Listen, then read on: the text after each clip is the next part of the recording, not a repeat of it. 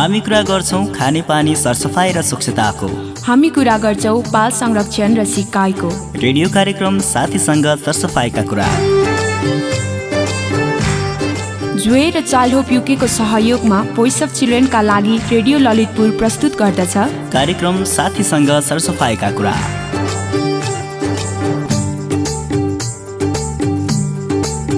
नमस्कार, म बलराम अनि म काजो। सबैभन्दा पहिले रेडियो कार्यक्रम साथीसँग सरसफाइका कुरामा तपाईहरु सबैजनालाई स्वागत छ। कार्यक्रम साथीसँग सरसफाइका कुरामा हामीले मुख्य गरी बाल संरक्षण र शिक्षाका लागि खानेपानी सरसफाई र स्वच्छताको महत्त्व, खानेपानी सरसफाई र स्वच्छताको अभावमा हाम्रो सिकाइ प्रक्रियामा परिरहेको नकारात्मक प्रभाव र त्यसको अन्तका लागि गर्नुपर्ने प्रयासबारे छलफल गर्छौं। तपाईले कार्यक्रम साथीसँग सरसफाइका कुरा प्रत्येक शनिबार बिहान 7:30 बजे मेरो एफएम 93.3 मेगाहर्जमा र सप्तकोशी एफएम 90 मेगाहर्जमा सुन्न सक्नुहुन्छ। यस्तै हाम्रो फेसबुक आइडी साथीसँग सरसफाइका कुरा र युट्युबमा पनि यो कार्यक्रम सुन्न सक्नुहुन्छ। कार्यक्रम सुनेर हामीलाई विभिन्न ठाउँबाट साथीहरूले प्रतिक्रिया र सुझाव पठाउनु भएको छ। प्रतिक्रिया र सुझावका लागि यहाँहरू सबैजनालाई हार्दिक धन्यवाद। तपाईहरूको प्रतिक्रिया र सुझावले हामीलाई यो कार्यक्रम अझै राम्रो बनाउन सहयोग पुग्छ। त्यसैले हामी सधैँ तपाईका प्रतिक्रिया र सुझावको प्रतीक्षामा रहिरहनेछौँ। कार्यक्रम साथीसँग सरसफाइको कुराको अघिल्लो भागमा हामीले राष्ट्रिय शिक्षा नीतिले विद्यालयलाई सम्पूर्ण रूपमा सुरक्षित, बाल मैत्री, छात्र मैत्री, अपाङ्गता मैत्री सिकाइ केन्द्रको रूपमा विकास गर्दै लैजाने भनी गरेका व्यवस्थाको विविध पक्षहरूबारे चर्चा गरेका थियौँ, होइन र बलराम? यति मात्रै कहाँ हो र, विद्यालय परिसरमा खानेपानी, शौचालय, खेल मैदान, सरसफाइ किट, प्राथमिक उपचार बाकस अनिवार्य गरिनेछ भनी गरेको व्यवस्था कार्यान्वयनका लागि भइरहेका प्रयासहरूबारे पनि त कुरा गरेका थियौँ नि। हो नि बलराम, नीतिगत व्यवस्थाको हिसाबले त यहाँ कुनै कमी छैन, तर के भन न, बिचमै रोकियो त तिमी? तर के भन्नु, अस्ति मसँग कुरा गर्दा तिमी आफैले स्कुलमा खानेपानी शौचालयको समस्या छ भनेको होइन? अनि के भयो त? त्यो त भएकै कुरा भने हो नि। मेरो मतलब तिमीले नभनेको कुरा भन्यौ भने होइन। तिम्रो स्कुलमा जस्तो समस्या छ त्यस्तो समस्या अरू स्कुलमा पनि छ भन्न खोज्या के? त्यसमा त कुनै विवादै भएन नि। तर प्यास लागेको बेला राम्रोसँग पानी पिउन नपाउने, टोयलेट जाँदा निकै बेरसम्म पर्खिनु पर्ने, हात धुने पानी र साबुन नहुने अवस्थामा अनि उसले आफूलाई कसरी पढाइमा केन्द्रित गर्न सक्छ भन त? ल, अस्ति मैले आफैले भोगेको कुरा भने होइन त। एक त टोयलेट टाढा छ, त्यसमाथि कहिल्यै सफा हुँदैन, अनि त्यस्तो फोहोर टोयलेटमा गएर क्लासमा फर्केपछि मलाई त पटक्कै पढ्न मन लाग्दैन भने। सबैलाई त्यस्तै त हो नि, त्यसैले त स्कुलहरूलाई बाल मैत्री सरसफाइ युक्त बनाउनु पर्छ भने हो नि। भनेर मात्र पुग्छ र? स्कुलहरूमा गएर हेर्नु पर्यो, सरसफाइ सम्बन्धी मापदण्डको कति कार्यान्वयन भएको छ भनेर बुझ्नु पर्यो। सम्बन्धित निकायहरूले अनुगमन गर्नुपर्छ भन्नेमा त म पनि सहमत छु, तर विद्यालयलाई सरसफाइ युक्त स्वच्छ राख्न त स्वयं विद्यालय प्रशासन, शिक्षक, विद्यार्थी सबैको उत्तिकै भूमिका हुन्छ नि। त्यो त हो, तर यहाँ चलेकै छ भन्ने धारणाले धेरै काम गर्छ, कसैले जिम्मा लिँदैन अनि जताततै समस्या। यसरी निराश नहौ न साथी। नीति, कानुन, निर्देशिकाहरूले विद्यालय कस्तो हुनुपर्छ भनेर व्यवस्था गरेकै छन् नि, अब क्रमशः कार्यान्वयन गर्दै लानुपर्छ। हस्, हुन्छ नि, अब तिमीले भनेपछि मान्नै पर्यो। बलराम, अब हाम्रो रेगुलर सेगमेन्टहरूबारे जानकारी दिने होइन? हो नि, तिमी नै भन न, आज हामी कार्यक्रममा के विषय प्रसारण गर्छौँ भनेर। यो जानकारी पछि अनि फेरि विद्यालयको वातावरणलाई लिएर कुरा गरौँला, हुन्न? हुन्छ, अब आज कार्यक्रममा के सुन्छौ भनेर जानकारी दिउँ त? हुन्छ। आज कार्यक्रम साथीसँग सरसफाइका कुरामा हामी सबैभन्दा पहिले अभिभावक, शिक्षक र विद्यार्थी साथीहरूको कुरा सुन्छौँ। उहाँहरूसँग विद्यालयमा पिउने पानी, शौचालय, सरसफाइ र स्वच्छताको उचित प्रबन्ध गर्न सम्बन्धित निकायहरूलाई के सुझाव दिनुहुन्छ भनेर सोध्छौँ। विद्यालयको वरिपरिको वातावरण सफा हुनु पर्यो र स्वच्छ वातावरण कायम गर्नु पर्यो। त्यसको लागि सबभन्दा पहिलो भूमिका भनेको विद्यालयको नै हुन्छ। यसले कर्मचारीको व्यवस्थापन गर्ने, विद्यार्थीहरूलाई सरसफाइ सम्बन्धी त्यो संस्कृति सिकाउने, कल्चर सिकाउने गर्न सकिन्छ। त्यसपछि विद्यालयको वातावरणको सम्बन्धमा गरिएका नीतिगत व्यवस्था र कार्यान्वयनको स्थितिलाई लिएर संक्षिप्त रिपोर्ट प्रसारण गर्छौँ। अनि हाम्रो शिक्षा नीतिमा विद्यालयहरूलाई बाल मैत्री छात्रा मैत्री, अपाङ्गता मैत्री, सुरक्षित, हिंसा र भयरहित सिकाइ केन्द्रको रूपमा विकास गरिनेछ भनेको अवस्थामा कति विद्यालयहरूमा यस्तो स्थिति निर्माण भएको छ त? अब यसको पूर्ण कार्यान्वयनका लागि सरकारले के गर्दैछ भन्ने विषयमा केन्द्रित रहेर शिक्षा मन्त्रालयका सहसचिव, योजना महाशाखाका प्रमुख डाक्टर तुलसी थपलियासँगको कुराकानी प्रस्तुत गर्छौँ। त्यो सांस्कृतिक विषय भनेको घरको, परिवारको, समुदायको त्यो सम्बन्धी मान्यता, विश्वास, चेतनालाई हेर्नुपर्छ। कि विद्यालय भनेको समुदायको एउटा अङ्ग हो। समुदायमा हुने गतिविधि, त्यसमा स्थापित मान्यताहरू र मूल्यहरू अनुसार विद्यालयमा प्रभाव पर्छ नै। अनि तपाईँका लागि यो साताको प्रश्न राख्छौँ। साथमा कार्यक्रमको चौथो भागमा गरिएको प्रश्न, त्यसको सही जवाफ र सही जवाफ पठाउनेहरू मध्ये पुरस्कृत हुने 2 जना साथीहरूको नाम र ठेगाना बारे जानकारी दिन्छौँ। हामीलाई सुन्दै रहनुहोला। उफ, कस्तो गर्मी भयो काजल। मलाई त अहिले त्यस्तो साह्रो गर्मी चाहिँ भएको छैन हो। क्लासमा चाहिँ कुसमुकुस हुन्छ भने। मेरो क्लासको कुरा भनौँ तिमीलाई? भन न, के छ र त्यस्तो? कोचै हुन्छ भने एउटा सानो झ्याल छ, हावा पनि राम्रोसँग पास हुँदैन, अनि मरिँदैन त गर्मीले। त्यही त भने, कक्षा कोठा त अलिक खुला सजिलो गरी बस्न सकिने पो हुनुपर्छ नि। स्कुलमा यस्तो वातावरण हुनुपर्छ जसले पढाउने र पढ्ने प्रक्रियामा पनि ऊर्जा थपियोस्। हो त, स्कुल मैत्रीपूर्ण हुनुपर्छ, स्वच्छ सफा हुनुपर्छ, पिउने पानी, शौचालयको सुविधा भएन, हात धुने ठाउँको सुविधा भएन भने त्यही कारणले रोग समेत निम्तिन्छ नि। एकदमै सही कुरा गर्यो काजल। अझ गर्मीको बेला त बिरामी हुने सम्भावना झनै बढी हुन्छ भने। त्यसैले त मैले सुरुदेखि नै हाम्रो संविधान, ऐन, नीति नियम, निर्देशिकाले परिकल्पना गरेको जस्तै विद्यालय बनाउन सबै लाग्नुपर्छ भन्छु नि। म पनि त्यही त भन्दैछु। कल्पना गरौँ त, स्कुलातमा खानेपानी, शौचालय, खेल मैदान, सरसफाइ किट, प्राथमिक उपचार बाकस राखिएको होस्, स्वच्छ, सफा, शान्त, सुरक्षित र हरियालीयुक्त वातावरण होस्, अनि पढ्नुको मजा नै बेग्लै हुन्छ नि काजल। तिमीले भनेको कुरामा सबैको ध्यान जाओस्, हामी यही अनुरोध गरौँ। अब चाहिँ हाम्रो रेगुलर सेगमेन्टतिर लागौँ न, हुन्न बलराम? हुन्छ। तपाईँ यति बेला रेडियो कार्यक्रम साथीसँग सरसफाइका कुरा सुन्दै हुनुहुन्छ। कार्यक्रममा अबको समय हो तपाईँ साथी, शिक्षक, अभिभावकको विचार सुन्ने। आज हामीले शिक्षक, विद्यार्थी र अभिभावकहरूलाई विद्यालयमा पिउने पानी, शौचालय, सरसफाइ र स्वच्छताको उचित प्रबन्ध गर्न सम्बन्धित निकायहरूलाई के सुझाव दिनुहुन्छ भनेर सोधेका छौँ। सुनौ न उहाँहरूको विचार।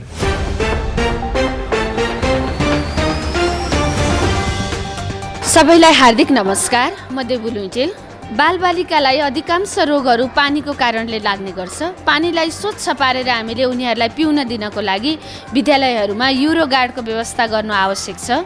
यदि युरोगार्डको व्यवस्था गर्न सकिँदैन भने फिल्टर गरिएको पानी प्रशस्त पुग्ने गरी जारहरूमा राखेर उनीहरूलाई प्रयोग गर्न दिन सकिन्छ।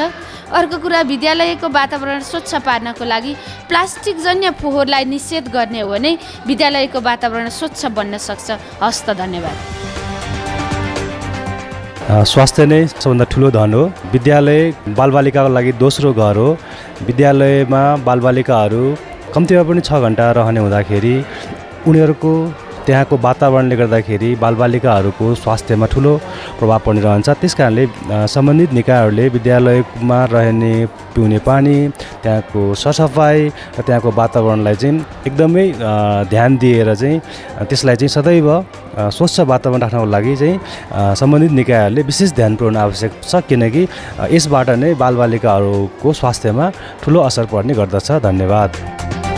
नमस्कार, म उमेश सपगाई, यसै शरणमाया विद्यालय काभ्रे। विद्यालयमा पिउने पानी, सरसफाइ र स्वच्छ वातावरणको सुविधा पुर्याउनको लागि सबभन्दा पहिले त विद्यालयको नै महत्त्वपूर्ण भूमिका हुन्छ। पिउने पानीको व्यवस्था हुनु पर्यो, विद्यालयको वरिपरिको वातावरण सफा हुनु पर्यो र स्वच्छ वातावरण कायम गर्नु पर्यो। त्यसको लागि सबभन्दा पहिलो भूमिका भनेको विद्यालयको नै हुन्छ। यसले कर्मचारीको व्यवस्थापन गर्ने, विद्यार्थीहरूलाई सरसफाइ सम्बन्धी त्यो संस्कृति सिकाउने, कल्चर सिकाउने गर्न सकिन्छ।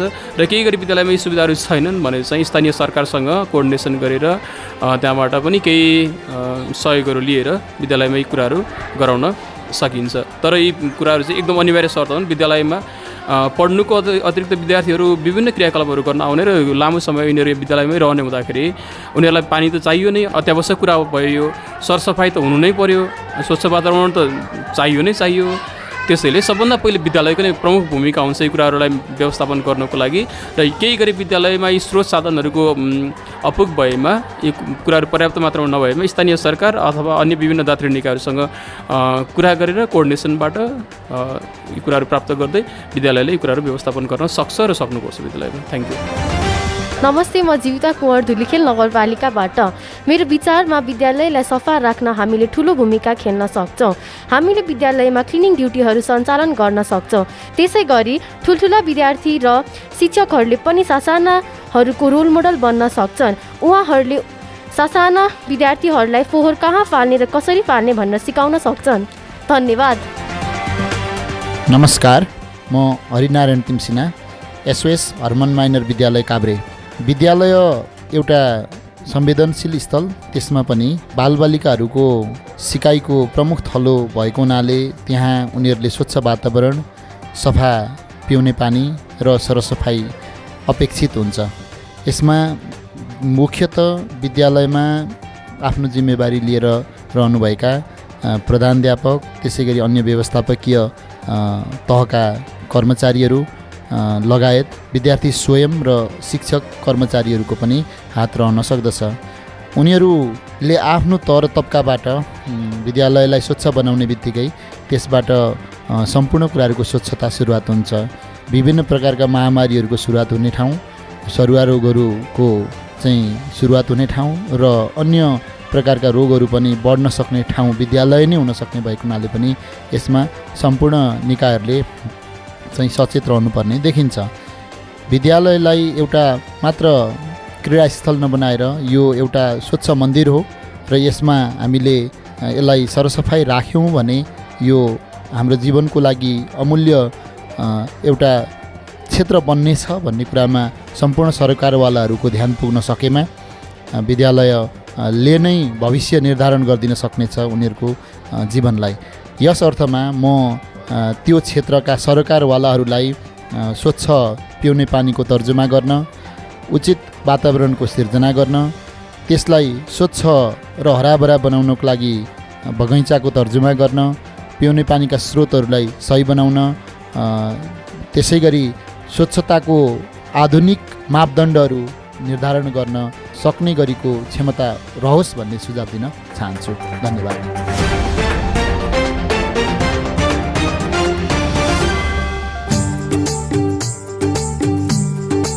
भर्खरै हामीले अभिभावक, शिक्षक र विद्यार्थी साथीहरूको विचार सुन्यौँ। उहाँहरूको भनाइबाट हामीले विद्यालयलाई सरसफाइयुक्त स्वच्छ राख्न सम्बन्धित पक्षहरूले गम्भीरताका साथ काम गर्नुपर्छ भनेर बुझ्न सक्छौँ। साँच्चीकै विद्यालयलाई स्वच्छ र मैत्रीपूर्ण बनाउन सकियो भने यसले बाल संरक्षण र शिक्षाको लागि सकारात्मक योगदान हुन्छ। काजल, विद्यालयमा विद्यमान खानेपानी र सरसफाइका सुविधा, स्वच्छता अभ्यासको अवस्थाबारे एकपटक समीक्षा गर्नुपर्छ जस्तो लाग्छ हो मलाई त। किन भन त? अहिलेसम्मको अवस्थाको समीक्षा गरिएन भने आउने दिनमा जतिसुकै नीति बनाए पनि अवस्था उस्तै त हो भन्ने हुन्छ। तिमीले ठिकै भन्यौ, त्यो त सम्बन्धित पक्षहरूले गरेकै छन्। फेरि नीतिगत व्यवस्थाको कार्यान्वयन गर्नु सबैको दायित्व पनि हो। तर अधिकांश स्कुलमा खानेपानी, शौचालयको सहज उपलब्धता छैन। हो, त्यसैले त म भन्दैछु नि, नीति बनाएर मात्र पुग्दैन, त्यसको कार्यान्वयनको लागि संयन्त्र बनाउनु पर्छ, अनुगमन गर्नुपर्छ। त्यसो त विश्वव्यापी दिगो विकास लक्ष्य 4 अन्तर्गत सबै विद्यालयहरूमा आधारभूत खानेपानी, सरसफाइ र स्वच्छताको प्रावधान हुनुपर्ने गरी सूचकाङ्क तोकिएको छ। नेपालले यसमा प्रभावकारी ढङ्गले काम गर्नै पर्ने हुन्छ। आशा गरौँ न। आशा होइन, विश्वास गरौँ भन न। ल विश्वास नै गरे। अब चाहिँ मेरो रिपोर्ट सुनाऊ है। हुन्छ। राष्ट्रिय शिक्षा नीतिको एउटा महत्त्वपूर्ण पक्ष हो स्तरीय मापदण्डका आधारमा विद्यालयलाई सम्पूर्ण रूपमा सुरक्षित, बालमैत्री, छात्रमैत्री, अपाङ्गता मैत्री सिकाइ केन्द्रको रूपमा विकास गर्ने र अर्कोतिर विश्वव्यापी दिगो विकास लक्ष्य अन्तर्गत सबै विद्यालयहरूमा आधारभूत खानेपानी, सरसफाइ र स्वच्छताको प्रावधान हुनुपर्ने गरी सूचकाङ्क तोकिएको छ। प्रत्येक नागरिकलाई स्वच्छ खानेपानी तथा सरसफाइमा पहुँचको हक सुनिश्चित गरेको छ र विद्यालय क्षेत्र विकास योजनाले गुणस्तरीय शिक्षाको लागि विद्यालयमा स्वच्छ खानेपानी, व्यवस्थापन, सरसफाइका सुविधा र स्वच्छ वातावरणको आवश्यकतालाई महत्त्वपूर्ण पक्षको रूपमा लिएको छ। यिनै विषयहरूको आधारमा सबै विद्यालयहरूमा खानेपानी र सरसफाइको सुविधा एवं स्वच्छ वातावरणको विकास तथा प्रवर्धन गर्ने कार्यमा एकरूपता ल्याई सिकाइ उपलब्धि तथा शैक्षिक गुणस्तरमा सुधार गर्न आवश्यक भएकोले विद्यालय खानेपानी सरसफाइ तथा स्वच्छता सम्बन्धी कार्यविधि 2074 पनि जारी भएको छ। यसले विद्यालय खानेपानी सरसफाइ तथा स्वच्छता प्रवर्धनका लागि सरकारी, गैर सरकारी, निजी क्षेत्र र नागरिक समाजबीच समन्वय, सहकार्य र साझेदारी गर्ने विषयमा जोड दिएको छ। यस्तै विद्यालय खानेपानी सरसफाइ तथा स्वच्छताको विषयलाई विद्यालय स्तरीय योजनामा समावेश गर्नै पर्ने र विद्यालयमा खानेपानी र सरसफाइका सुविधा र स्वच्छता प्रवर्धनका लागि निरन्तर स्वमूल्याङ्कन पद्धति अवलम्बन गर्ने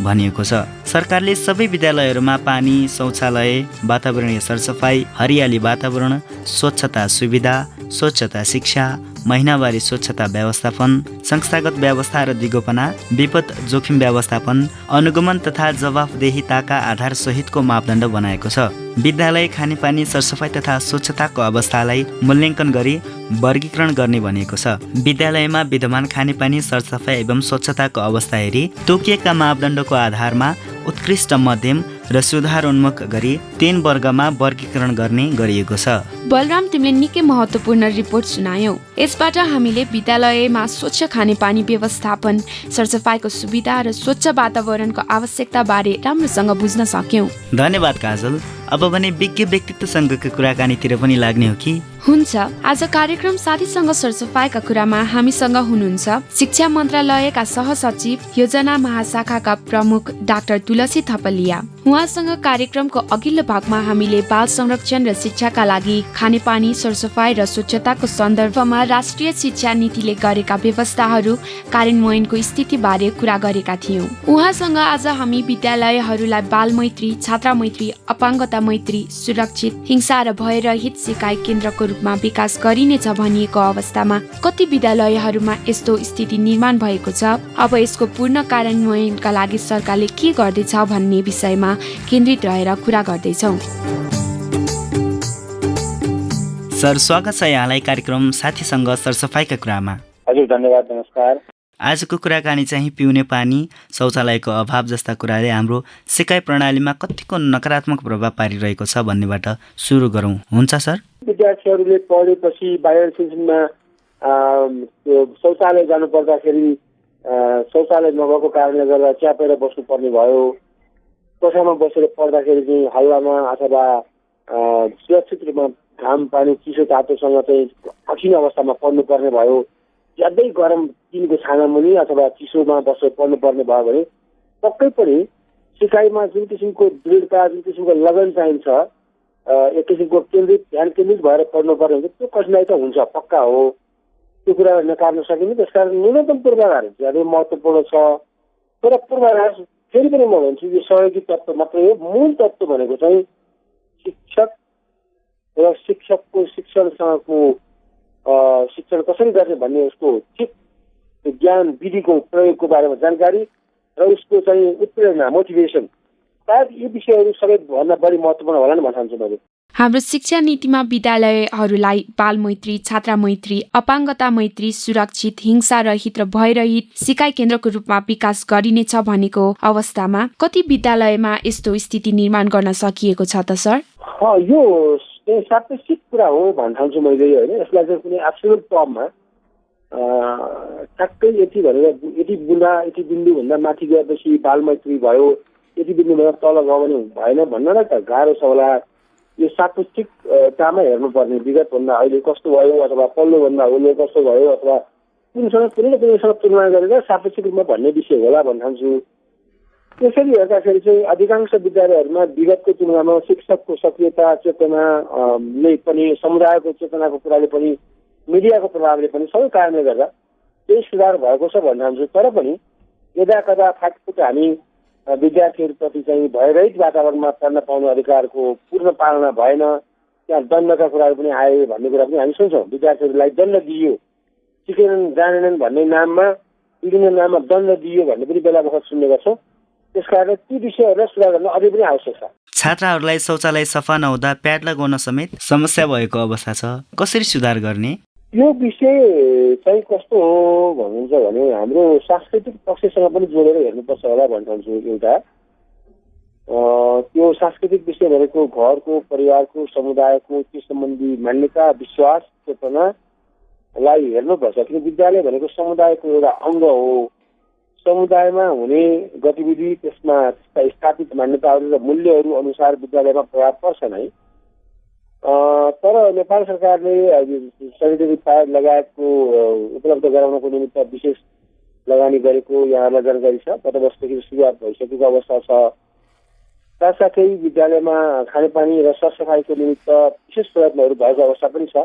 त्यस कारणले ती प्रयत्नहरू भएका छन्। अब कतै पर्याप्त नभएको हुनसक्छ, त्यसमा हामीले थप मेहनत गर्नुपर्ने हुनसक्छ। विद्यालय हातामा खानेपानी, शौचालय, खेल मैदान, सरसफाइ किट, प्राथमिक उपचार बाकस अनिवार्य गरिनेछ भनिएको छ। तर व्यवहारमा त त्यस्तो देखिँदैन त सर। यो अनिवार्य गर्नको निमित्त चाहिँ हामीले भनेका छौँ। अब नियमित रूपमा चाहिँ त्यसको बारेमा पालना गर्नको निमित्त विद्यालयको व्यवस्थापनको सक्रियता, सजगता यसमा महत्त्वपूर्ण छ।